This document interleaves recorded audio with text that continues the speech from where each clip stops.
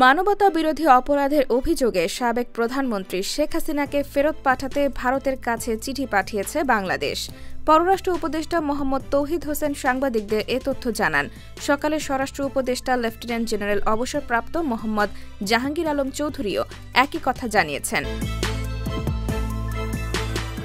পররাষ্ট্র উপদেষ্টা বলেন, সাবেক প্রধানমন্ত্রীকে বিচারের সম্মুখীন করার জন্য বাংলাদেশ ফেরত চেয়েছে, এটা ভারতকে জানানো হয়েছে। তিনি আরও বলেন, এ বিষয়ে ভারতকে নোট ভার্বাল পাঠানো হয়েছে। এর আগে সকালে স্বরাষ্ট্র উপদেষ্টা লেফটেন্যান্ট জেনারেল অবসরপ্রাপ্ত মোহাম্মদ জাহাঙ্গীর আলম চৌধুরী সাংবাদিকদের বলেন, তাঁকে প্রত্যর্পণের জন্য ভারতকে অনুরোধ জানাতে এরই মধ্যে আমাদের চিঠি পররাষ্ট্র মন্ত্রণালয়ে পাঠানো হয়েছে, এটা প্রক্রিয়াধীন আছে।